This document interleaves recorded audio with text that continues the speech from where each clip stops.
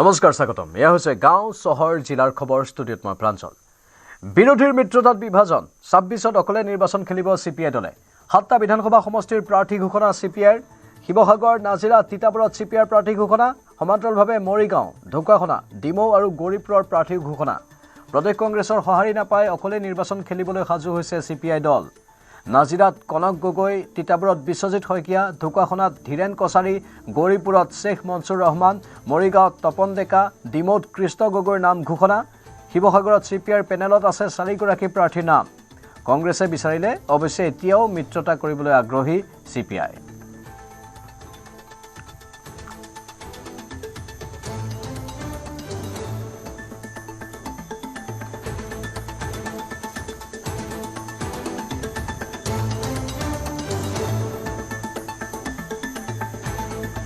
শিৱসাগৰ সমষ্টি নাজিৰা সমষ্টি আৰু ডিমৌ সমষ্টি যোৰহাট জিলাত তিতাবৰ সমষ্টি মৰিগাঁও জিলাত মৰিগাঁও সমষ্টি লখিমপুৰ জিলাত ঢকুৱাখানা সমষ্টি আৰু গৌৰীপুৰ সমষ্টি নামনিত গৌৰীপুৰ সমষ্টি এই 7টা সমষ্টি আমি আইডেণ্টিফাই কৰি আমাৰ জিলাবিলাকৰ তেওঁলোকৰ সমষ্টিবিলাকত কোন কোন প্ৰাৰ্থী হ'ব এই প্ৰাৰ্থীসকলৰ নাম তেখেতসকলে আমাক প্ৰেৰণ কৰিছে সেই অনুসাৰে আমি শিৱসাগৰত আমি 3জনৰ নাম আমি ৰাখিছোঁ আমাক প্ৰেৰণ কৰিছে সেইটো আমি ফাইনেল কৰিম 3জনৰ ভিতৰত কোনজনে খেলা হয় যে মদন বৰুৱা নাম আহিছে কমৰেড সত্যেন্দ্ৰ গগৈ নাম আহিছে অনুপ গগৈ নাম আহিছে সুভাষিনী বৰুৱাৰ নাম আহিছে এনেধৰণে শিৱসাগৰ সমষ্টিৰ পৰাই নাম আহিছে ঠিক তেনেকৈ নাজিৰা সমষ্টিৰ পৰা কনক গগৈ নাম আহিছে আৰু মানে তালেব আলী নাম আহিছে তাৰ পৰা ডিমৌ সমষ্টিৰ পৰা কৃষ্ণ গগৈ নাম আহিছে জিতেন বৰপাত্ৰ গোহাঁই নাম আহিছে আৰু অজয় বৰা নাম আহিছে ঠিক তেনেকৈ তিতাবৰ সমষ্টিৰ পৰা সিপিআই জিলা সম্পাদক বিশ্বজিৎ শইকীয়াৰ নাম আহিছে তাৰ পৰা মৰিগাঁও সমষ্টিৰ পৰা তপন ডেকাৰ নাম আহিছে তাৰ পৰা ঢকুৱাখানা সমষ্টিৰ পৰা আপোনাৰ লখিমপুৰ জিলাৰ সম্পাদক ধীৰেন কছাৰী নাম আহিছে ঠিক তেনেকৈ গৌৰীপুৰ সমষ্টিৰ পৰা আপোনাৰ শেখ মনসুৰ ৰহমানৰ নাম আহিছে এইকেইটা সমষ্টিত আচলতে আমাৰ এইকেইজন প্ৰাৰ্থীৰ নাম আহিছে আৰু আমি নিৰ্বাচনৰ মানে দিন ঘোষণা কৰাৰ লগে লগে আমি তেখেতসকলৰ যিবিলাকৰ এজনীয়া আহিছে তাত প্ৰব্লেম নাই যিবিলাকত 3জনীয়া 4জনীয়া নাম আহিছে সেইবিলাকৰ নাম আমি চূড়ান্ত কৰিম মানে নিৰ্বাচনৰ দিন ঘোষণা কৰাৰ লগে লগে আমি যিকেইটা চিনাক্ত কৰিছোঁ এই চিনাক্ত কৰা সমষ্টিকেইটাত আমি খেলিব বিচাৰোঁ যদি এই সমষ্টিকেইটা মানে বিৰোধী দলৰ তৰফৰ পৰা এলাউ কৰে এইটো ৱেল এণ্ড গুড যদি নকৰেও 25 দিন ৰ'লে আপোনালোকে যদি নকৰেও আমি আমাৰ কেণ্ডিডেটছাত দিম আমি 119টা সমষ্টিত আমি আহ্বান জনাম ভোটাৰ ৰাইজক যে বিৰোধী দলৰ প্ৰতিনিধিক সমৰ্থন কৰিবলৈ আমি আহ্বান জনাম আমি গণতন্ত্ৰ ধৰ্মনিৰপেক্ষতা সংবিধান ৰক্ষাৰ নামত অকল কমিউনিষ্ট পাৰ্টি মানে সিপিআই যে ছেক্ৰিফাইচ কৰিব লাগিব তাৰ ক'ৰবাত লিখা আছে নেকি অখিল গগৈৰ সৈতে যোগাযোগ হৈছে নেকি আপোনালোকৰ কাৰণ শিৱসাগৰ এনেকুৱা এটা সমষ্টি আপোনালোকে নিৰ্ধাৰণ কৰিছে য'ত আপোনালোকে প্ৰাৰ্থী অখিল গগৈৰ লগত তেনেকুৱা যোগাযোগ হোৱা নাই যোৱা আমি ইলেকশ্যন কমিশ্যনক আমি মেমৰেণ্ডাম দিবলৈ যাওঁতে অখিল গগৈৰ লগত এনেই কথা বতৰা হৈছে অনানুষ্ঠানিক তেওঁলোকে কৈছে যে আপোনালোকে ভাল চিট এটা বিচাৰি লওক ভাল চিট এটা ক'ৰবাত বিচাৰি লওক এতিয়া শিৱসাগৰত খেলিব আপোনালোকে তাৰ ভাল চিট এটা বিচাৰি লওক বুলি কৈছে আমাৰতো ভাল চিট মানে কি আমি আমাৰ যিকেইটা আইডেণ্টিফাই কৰিছোঁ গোটেইকেইটাতে সমান ষ্ট্ৰেংথ গোটেইকেইটাতে সমান ষ্ট্ৰেংথ আছে আপুনি এতিয়া ভাল চিট এটা বুলিবলৈ কিটো আছে গোটেইকেইটাতে আমাৰ বেছ আছে কৰ্মকৰ্তা আছে আৰু আমাৰ তাত ঐতিহ্য আছে সেই গোটেইকেইটা সমষ্টিৰ পৰাই আমাৰ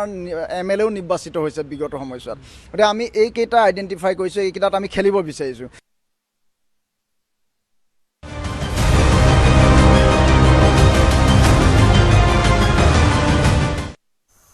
ৰঙিয়াত নিশা চাঞ্চল্যকৰ ডকাইতিৰ ঘটনা ডিঙি ৰেপি লুটিলে 18 লাখ টকা কৰৰাৰ গৌতম কলিতাৰ ঘৰতে এই ঘটনা সংঘটিত হয় তিনি দুৰ্ধৰ্ষ ডকাইতে সংঘটিত কৰিলে এই ঘটনা অচেতন অৱস্থাত ঘৰৰ পিছফালে উদ্ধাৰ হৈছে গৌতম কলিতাক ডকাইতিৰ সময়ত গৌতম কলিতাৰ বাদে নাছিল আন কোনো লোক লুটি নিলে ধনসহ সোণৰ অলংকাৰ উল্লেখযোগ্য যে কিছুদিন পূৰ্বে মাটি বিক্ৰী কৰি পোৱা 19 লাখ টকা ঘৰতে ৰাখিছিল গৌতম কলিতাই ঘৰত নগদ ধন জমা থোৱাৰ কথা জনা কোনো লোক এই ঘটনাত জড়িত থকাৰ সন্দেহ কৰা হৈছে ৰঙিয়া আৰক্ষী আৰম্ভ কৰিছে ঘটনাৰ তদন্ত ইফালে প্ৰচুৰ ৰক্তক্ষৰণ হোৱা গৌতম কলিতাক অতি সংকটজনক অৱস্থাত GMCHত ভৰ্তি কৰোৱা হয়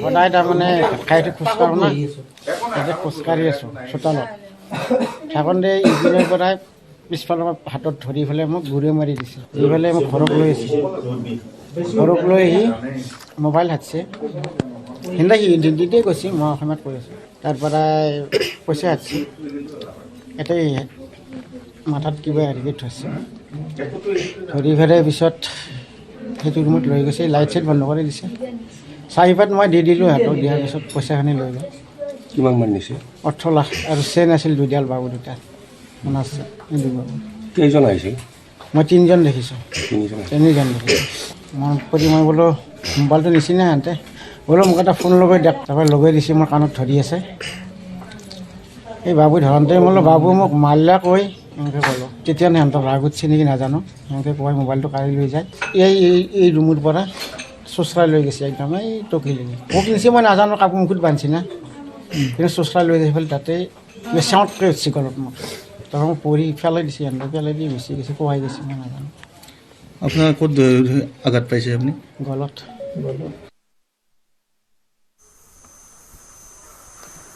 লামডিঙত গেম খেলি ৰহস্যজনকভাৱে নিৰুদ্দেশ এজন ছাত্ৰ আন্তঃৰাষ্ট্ৰীয় প্ৰবঞ্চক চক্ৰৰ কবলত পৰাৰ সন্দেহ ছাত্ৰজন পূৰ্বেও কিশোৰগৰাকীক বিভিন্ন প্ৰলোভন দেখুৱাই প্ৰবঞ্চক চক্ৰই লুটিছিল 5,000 টকা পুনৰ বিচাৰিছিল 15,000 টকা কিন্তু মাক দেউতাকে পইচা দিব নোৱাৰাত ৰহস্যজনকভাৱে ঘৰৰ পৰা নিখোজ হৈ পৰে জিৎ মজুমদাৰ নামৰ কিশোৰজন দেউতাকৰ অভিযোগ অনুসৰি অষ্ট্ৰেলিয়াৰ পৰা আহিছিল চাঞ্চল্যকৰ ফোনটো আনহাতে পৰিয়ালৰ লোকে ফোন নম্বৰটো পাকিস্তানৰ বুলিও সংগ্ৰহ কৰিছে কিশোৰগৰাকীক বিভিন্ন প্ৰলোভনেৰে ঘৰৰ পৰা লৈ যোৱাৰ সন্দেহ কৰিছে ঘটনা সন্দৰ্ভত লামডিং আৰক্ষী থানাত এজাহাৰ দাখিল পৰিয়ালৰ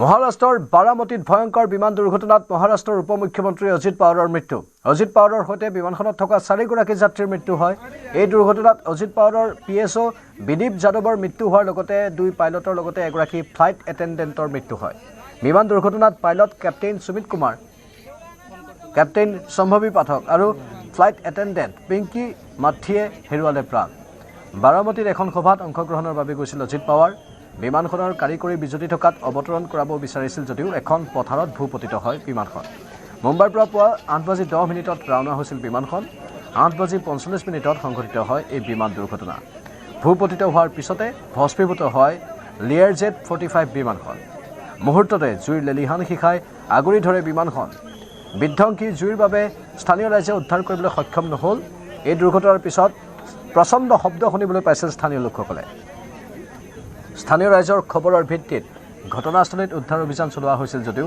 মৃত্যুমুখত পৰে আটাইকেইজন যাত্ৰী এই ঘটনাৰ পিছতে বাৰামতী মেডিকেল কলেজ হস্পিটেলত ৰখা হৈছে আটাইকেইজনৰ নশ্বৰ দেহ ঘটনাৰ পিছতে বাৰামতী মেডিকেল কলেজ হস্পিটেলত অজিত পাৱাৰৰ পৰিয়ালৰ লোক উপস্থিত হয় আনহাতে হস্পিটেলত অজিত পাৱাৰৰ অনুৰাগীসকলে ভিৰ কৰা পৰিলক্ষিত হৈছে বিমান দুৰ্ঘটনাত অজিত পাৱাৰৰ মৃত্যুত শোক প্ৰকাশ কৰিছে দেশৰ প্ৰধানমন্ত্ৰী নৰেন্দ্ৰ মোদীয়ে মুখ্যমন্ত্ৰী দেৱেন্দ্ৰ ফডনৱিছৰ পৰা ঘটনাৰ বুজ ল'লে নৰেন্দ্ৰ মোদীয়ে আনহাতে কেন্দ্ৰীয় গৃহমন্ত্ৰী অমিত শ্বাহেও ঘটনাৰ বুজ লৈছে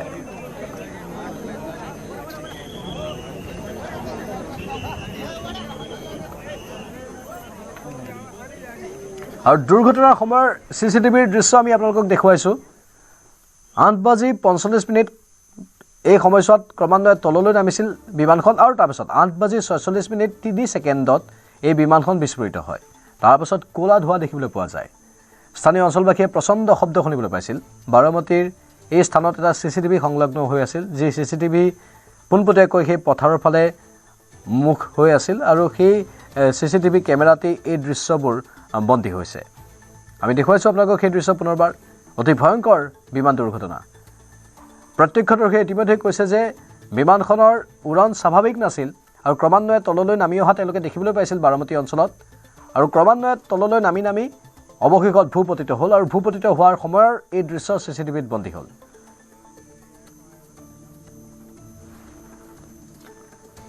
আৰু এই বিমান দুৰ্ঘটনাৰ দৃশ্য আমি আৰ্টিফিচিয়েল ইণ্টেলিজেন্সৰ সহায়ত দেখুৱাইছোঁ কৃত্ৰিম বুদ্ধিমত্তাৰ জৰিয়তে এইখিনি বিমান দুৰ্ঘটনাৰ দৃশ্য আমি দেখিবলৈ পাইছোঁ এই বিমানখন কেনেধৰণে দুৰ্ঘটনাত পতিত হ'ল পুৱাৰ ভাগতে উৰিছিল মুম্বাইৰ পৰা তাৰপিছত বাৰামতীত এই বিমানখন এনেধৰণে ভূপতিত হয় প্ৰচণ্ড বিস্ফোৰণ আৰু তাৰ পাছত ক'লা ধোঁৱা এই বিমানখনত থকা আটাইকেইজনৰ ইতিমধ্যে মৃত্যু হৈছে মহাৰাষ্ট্ৰৰ উপ মুখ্যমন্ত্ৰীসহ তেওঁৰ PSO আৰু বিমানখনৰ পাইলট ফ্লাইট এটেণ্ডেণ্ট সকলোৱে লগে লগে মৃত্যু সাৱটি লয় এই বিমানখনৰ দুৰ্ঘটনাৰ যি প্ৰচণ্ড গতি সেই প্ৰচণ্ড গতি আৰু প্ৰচণ্ড বিস্ফোৰণ এইবোৰেই তেওঁলোকৰ ঠাইতে মৃত্যু হোৱাৰ কথাটোকে নিশ্চিত কৰিছে থিতাতে মৃত্যুমুখত পৰিছে আটাইকেইজন এই বিমানখন ইতিমধ্যে চাইলৈ ৰূপান্তৰিত হৈছে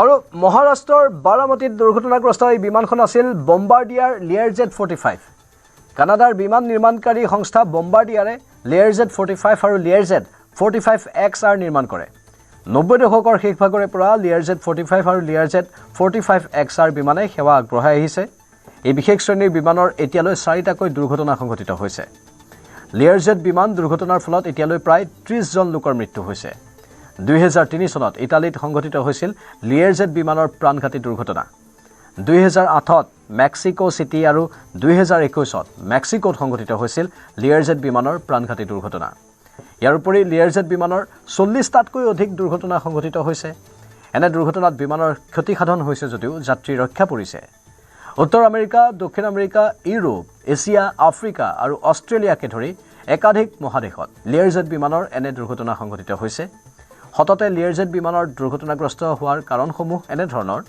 ৰানৱেৰ পৰা বিমানৰ বিচ্যুতি লেণ্ডিং গিয়াৰৰ সৈতে জড়িত বিসংগতি অৱতৰণৰ সময়ত প্ৰতিকূল বতৰ হাৰ্ড লেণ্ডিং আৰু গ্ৰাউণ্ড হেণ্ডলিং সম্পৰ্কীয় ঘটনা বিগত দশকত লিয়াৰজেট বিমানৰ প্ৰাণঘাতী দুৰ্ঘটনাৰ সংখ্যা হ্ৰাস পাইছে যদিও সৰু সুৰা দুৰ্ঘটনাৰ সংখ্যা বৃদ্ধি পাইছে বিমানৰ আয়ুস বৃদ্ধি অধিক ব্যৱহাৰকে ধৰি দুৰ্ঘটনাৰ বিভিন্ন কাৰক চিহ্নিত হৈছে বম্বাৰ্ডিয়াৰে 2021 চনত সকলো লিয়াৰজেট বিমানৰ উৎপাদন বন্ধ কৰি দিছিল কিন্তু লিয়াৰজেট 45 আৰু লিয়াৰজেট 45XR এতিয়াও বিশ্বজুৰি সক্ৰিয় সেৱাত আছে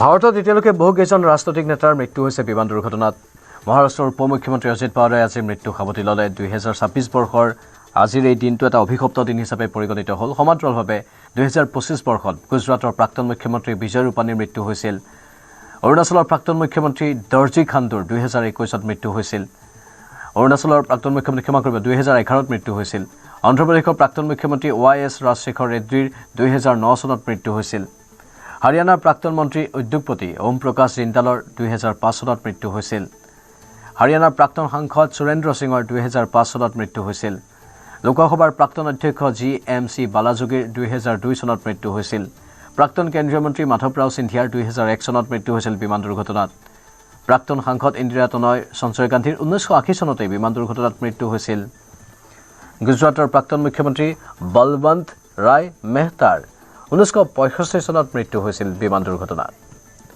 ইফালে বিশিষ্ট ব্যক্তিৰ তালিকাত আন এজন আছে দেশৰ প্ৰথম CDS বিপিন ৰাৱত 2021 চনত বিপিন ৰাৱতে বিমান দুৰ্ঘটনাতেই প্ৰাণ হেৰুৱাইছিল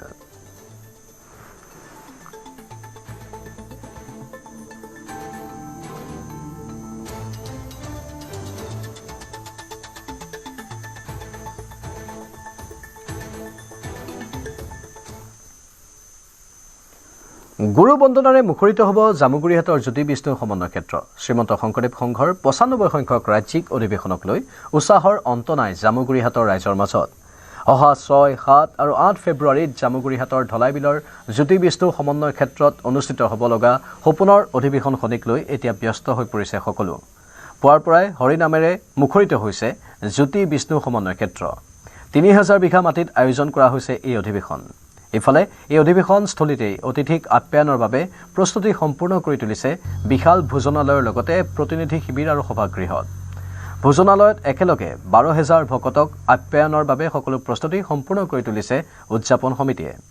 300 চৌকাত 3,000 ৰান্ধনীয়ে ভাত ৰন্ধাৰ ব্যৱস্থা কৰাৰ লগতে প্ৰায় 20,000 স্বেচ্ছাসেৱকে এই ভোজনালয়ত সেৱা আগবঢ়োৱাৰ কথাও ব্যক্ত কৰে উদ্যোক্তাসকলে। ভকতসকলৰ সুবিধাৰ অৰ্থে শিবিৰৰ কাষলৈকে গাড়ীৰে যাব পৰাৰ ব্যৱস্থা কৰা হৈছে। মূল মণ্ডপচোৱা গছ, খেৰ, বাঁহ আদি থলুৱা সামগ্ৰীৰে তৈয়াৰ কৰা হৈছে। প্ৰদৰ্শনীত থাকিব 1000 ষ্টল আৰু সকলোৱে বিনামূলীয়াকৈ প্ৰৱেশ কৰিব পাৰিব প্ৰদৰ্শনীত। অধিৱেশনস্থলীত আহি উপস্থিত হৈছেহি ভকতসকল। যোগাযোগ ব্যৱস্থা সুদৃঢ় কৰাৰ বাবে জিঅ', এয়াৰটেল আৰু BSNL-এ স্থাপন কৰিব অস্থায়ী টাৱাৰ। অধিৱেশনৰ 80% কাম সম্পূৰ্ণ হোৱা বুলি দাবী কৰাৰ লগতে ৰাজ্যৰ বিভিন্ন প্ৰান্তৰ ভক্তপ্ৰাণ ৰাইজ তথা আলহী অতিথিক আদৰিবলৈ সকলো সাজু বুলিও মন্তব্য কৰে আদৰণি সমিতিৰ কাৰ্যকৰী সভাপতি তথা বিধায়ক পদ্ম হাজৰিকাই। অধিৱেশনলৈ আহিব মুখ্যমন্ত্ৰী হিমন্ত বিশ্ব শৰ্মা। কন্যকা বহুমুখী পামৰ শাক পাচলিৰে আপ্যায়ন কৰা হ'ব ভকতসকলক। বড়ো, মিচিং, গোৰ্খা, চাহ জনজাতিয়ে নিজৰ নিজৰ জাতীয় সাজপাৰ পৰিধান কৰি ভকতসকলক আপ্যায়ন কৰিব। 10,000 জোপা নাৰ্জী ফুলেৰে সজাই পৰাই তোলা হ'ব জ্যোতি বিষ্ণু সমন্বয় ক্ষেত্ৰ। অগ্ৰগতি আমি দেখিছোঁ যে কিছুমান কমিটিৰ কাম শেষেই হৈছে প্ৰায়। এতিয়া লাইটৰ কমিটিখনৰ অলপ কাম বাকী আছে, পানী কমিটিখনৰ অলপ কাম বাকী আছে, প্ৰদৰ্শনী কমিটিখনৰ অলপ কাম বাকী আছে, এনে মণ্ডপ চণ্ডপ এৰিয়া কমিটি প্ৰায় হৈ গৈছে। গতিকে আমাৰ নামঘৰ কমিটি বা এইবিলাকৰ কাম প্ৰায় সম্পূৰ্ণ হৈছে। এজ এ হ'ল মই চাইছোঁ যে আমাৰ 80%ৰ ওপৰ কাম ইতিমধ্যে হৈ গৈছে আৰু 31 তাৰিখলৈ আমিতো ক'ব পাৰিম যে 95% মান কাম হৈ যাব। গতিকে বাকী 6 তাৰিখলৈতো আমাৰ সময় থাকিব। 3 তাৰিখলৈ আমি 100% কাম হৈ যাব বুলি আমি ভাবিব পাৰোঁ। গতিকে আমাৰ আচলতে 95 সংখ্যক শ্ৰীমন্ত শংকৰদেৱ সংঘৰ এই অধিৱেশনখনৰ কাৰণে আমাৰ প্ৰস্তুতি জিলাখনৰ গোটেই মানুহখিনি কেনেকৈ জড়িত হৈ গৈছে খুব আন্তৰিকতাৰে। জামুগুৰিটো ক'বই নালাগে, অকল সংঘৰ মানুহখিনিয়ে নহয়, গুৰুজনাৰ নামত যিখিনি সংগঠন আছে তাৰোপৰি আমাৰ যিবিলাক সামাজিক সংগঠন আছে সকলো ধৰ্মৰ মানুহে জড়িত হৈছে। বাকলা গাঁৱৰ থলুৱা ইছলাম ধৰ্মৰ মানুহ কেনেকৈ জড়িত হৈ গৈছে বা বংগবাসী মানুহ কেনেকৈ জড়িত হৈছে, হিন্দীভাষী মানুহো জড়িত হৈ গৈছে। আমাৰ বিভিন্ন বাৰেচৰীয়া ভাওনা মহোৎসৱ সমিতিত যেনেকৈ 18খন সমাজ জড়িত হৈছিল, ইয়াত তাতকৈ বেছি জড়িত হৈছে। গতিকে সকলোৱে ভাল পাইছে গুৰুজনাৰ এই অধিৱেশনখন ইয়াত আদৰিবলৈ পাই, জড়িত হ'বলৈ পাই সকলোৱে আনন্দিত। গতিকে মই ভাবোঁ যে আতিথ্যত আমাৰ কোনো গণ্ডগোল হ'ব নালাগে। খুবেই শৃংখলাবদ্ধভাৱে আমি আচলতে অসমৰ বিভিন্ন প্ৰান্তৰ পৰা অহা, অসমৰ বাহিৰৰ পৰা অহা সকলো অতিথিক আমি আদৰিবলৈ, তেওঁলোকক অভ্যৰ্থনা কৰিবৰ কাৰণে আমি সক্ষম হ'ব পাৰিম। জিলা প্ৰশাসনৰ ফালৰ পৰা আমি বিভিন্ন মিটিং পতা হ'ল। ইয়াৰ কৰ্মকৰ্তাসকলৰ লগত আমি জইণ্ট মিটিং 2খনমান আমি পাতিলোঁ। তাত ধৰক পানীৰ পৰা আৰম্ভ কৰি আমাৰ APDCL-ৰ যিখিনি কাম থাকিব বা ফায়াৰ ব্ৰিগেডৰ যিখিনি এৰেঞ্জমেণ্ট কৰিব লাগিব, হেল্থৰ যিখিনি এৰেঞ্জমেণ্ট কৰিব লাগিব, সেইখিনি অলৰেডি আমি তেওঁলোকৰ ৰিকুৱাৰমেণ্ট মতে আমি অলৰেডি কৰা হ'ল আৰু কামখিনি চলি আছে। আমি আশা কৰিছোঁ 31 তাৰিখ বা 2 তাৰিখে গোটেইখিনি কাম কমপ্লিট হৈ যাব। আৰু এটা কথা কি মানে দেখা গৈছে অধিৱেশনস্থলী যিহেতু লাখ মানুহ আহিব, এটা নেটৱৰ্কৰ সমস্যা হৈ যায়, তাৰ বাবে কিবা সেইটো আজি আলোচনা হ'ল ইয়াতে আমি জিঅ' এয়াৰটেলৰ লগত আমি যোগাযোগ কৰা হ'ব। এইটো তেওঁলোকে ইয়াত যদি এনহেঞ্চ কৰিব পাৰে বা নতুন টাৱাৰ লগাব পাৰে যাতে এইটো সমস্যা নহয়, কাৰণ বহুত মানুহ গোট খোৱাৰ লগে লগে নেটৱৰ্কৰ সমস্যা হ'বই। গতিকে এই সমস্যাটো ডেফিনেটলি আমি গুৰুত্ব সহকাৰে আমি পৰ্যালোচনা কৰা হৈছে বা আমি তাৰ ব্যৱস্থাটো লোৱা হ'ব। নিশা শ্ৰীভূমিৰ দক্ষিণ কৰিমগঞ্জৰ দক্ষিণ হাফানি গাঁৱত গুলীচালনাৰ ঘটনা। মোবাইল চুৰি কেন্দ্ৰ কৰিয়েই সংঘটিত হয় এই গুলীচালনাৰ ঘটনাত গুৰুতৰভাৱে আহত হয় মাতৃপুত্ৰ। আহত আনোৱাৰ হুছেইন আৰু তেওঁৰ মাতৃ। নিশা দুষ্কৃতিকাৰীয়ে কেইবাটাও ৰাউণ্ড গুলীচালনা কৰে। পুৱা ঘটনাস্থলীৰ পৰা আৰক্ষীয়ে কেইবা ৰাউণ্ড কাৰ্টিজ উদ্ধাৰ কৰে। পুনৰবাৰ জনাইছোঁ, গুলীচালনাৰ এক খবৰ। নিশাৰ ভাগত শ্ৰীভূমিৰ দক্ষিণ কৰিমগঞ্জৰ দক্ষিণ হাফানি গাঁৱত এই গুলীচালনাৰ ঘটনা সংঘটিত হয়। গুলীচালনাৰ বিষয়বস্তু অত্যন্ত মন কৰিবলগীয়া। মোবাইল চুৰিক কেন্দ্ৰ কৰি গুলীচালনা কৰি দিয়ে। তাত গুলীচালনাৰ ঘটনাত গুৰুতৰভাৱে আহত হয় মাতৃপুত্ৰ। আহত আনোৱাৰ হুছেইন আৰু তেওঁৰ মাতৃ। নিশা দুষ্কৃতিকাৰীয়ে কেইবাটা তাত গুলী ফুটাই। পুৱা ঘটনাস্থলীৰ পৰা আৰক্ষীয়ে কেইবা ৰাউণ্ড কাৰ্টিজ উদ্ধাৰ কৰিছে।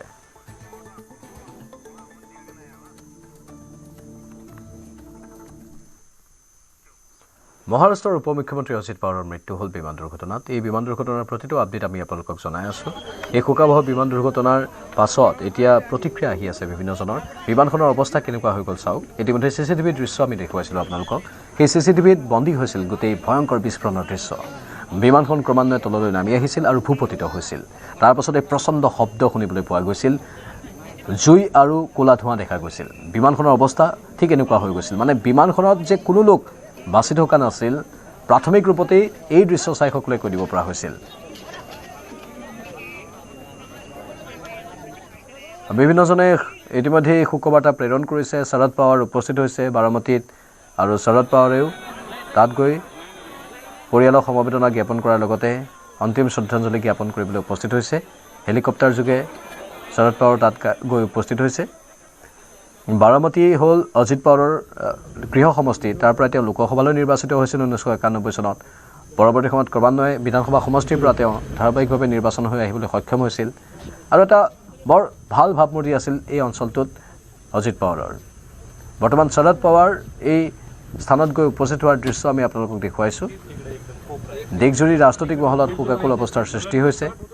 মহাৰাষ্ট্ৰৰ ৰাজনীতিত গভীৰ শোকৰ চাপ পৰিছে। ইতিমধ্যেই মহাৰাষ্ট্ৰৰ মুখ্যমন্ত্ৰী দেৱেন্দ্ৰ ফডণৱীছে সকলো চৰকাৰী কাৰ্যসূচী বাতিল কৰিছে। দলীয় কাৰ্যসূচীবোৰো বাতিল কৰা হৈছে। জিলা পৰিষদৰ নিৰ্বাচন আৰু জিলা পৰিষদৰ নিৰ্বাচনৰ দিন হয়তো পিছুৱাই যাব পাৰে, সেই সম্ভাৱনাও বিভিন্নজনে প্ৰকাশ কৰিছে। পৰৱৰ্তী সময়ত নিৰ্বাচন আয়োগে কি কয় সেয়া হ'ব লক্ষণীয়। আজি অজিত পাৱাৰ এই বাৰামতী সমষ্টিটোত 4খনকৈ জিলা পৰিষদৰ নিৰ্বাচনৰ প্ৰচাৰ অভিযানত অংশ ল'বলৈ আহিছিল। পুৱা 8:10 লগে লগেই তেওঁ মুম্বাইৰ পৰা ৰাওনা হৈছিল আৰু 8:45 বাৰামতী পোৱাৰ পূৰ্বেই অৱতৰণ কৰাৰ পূৰ্বেই বিমানখন ভূপতিত হয়। অজিত পাৱাৰসহ তেওঁৰ PSO আৰু সেই বিমানখনত থকা আটাইকেইজনৰ মৃত্যু হৈছে আৰু ঠাইতে মৃত্যু হৈছে। समस्त पवार परिवार और जितने भी समर्थक हैं उनको हमारी तरफ से संवेदना और शोक। मैंने बात की सुप्रिया जी से भी और उनकी मैसेज से भी। मैंने खुद देखा है, आंखों से देखा है। बहुत दुख भरी, दर्द भरी घटना है ये। हमने देखा कि एयरप्लेन जब नीचे आया था ऐसा लग रहा था उसका क्रैश हो जाएगा, तभी क्रैश हो गया। हम देखे कि हमें लगा नहीं क्रैश हो गया है, लेकिन एयर ट्रैप पे उतरेगा ऐसा लगा, उतर रहा है, लेकिन क्रैप हुआ और उसके बाद स्फोट हो गया उसका ज़बरदस्त। स्फोट होने के बाद वो हम देखने आए, पहले देखा तो उसको आग लगी थी पूरे प्लेन को, और उसके बाद 4-5 स्फोट हो गया विमान में उसका। और उसके बाद बहुत लोग आ गए और उसने निकालने की कोशिश की, लेकिन बड़ी आग लगी, उसके कारण कोई मदद नहीं कर सकता। लेकिन सब आ गए, तब बाद में उसको उसमें आजिदाता था। ये हमारे लिए बहुत शौक की बात में है, या हमें बता नहीं सकते हम बात में ऐसा। लेकिन हमने देखा है कि पायलट ने भी ट्राई किया होगा कि लैंडिंग करने का, लेकिन लैंडिंग हुआ नहीं है। ये बहुत शौक वाली घटना है। हमने देखा पूरा एक नीचे आ रहा था, ट्रैप पे आ रहा था, ट्रैप के नजदीक 100 फुट से नजदीक आके गिर गया है। महाराष्ट्र के उप मुख्यमंत्री और जमीन से जुड़े हुए जननेता श्रीमान अजित दादा पवार, इनका विमान के एक्सीडेंट में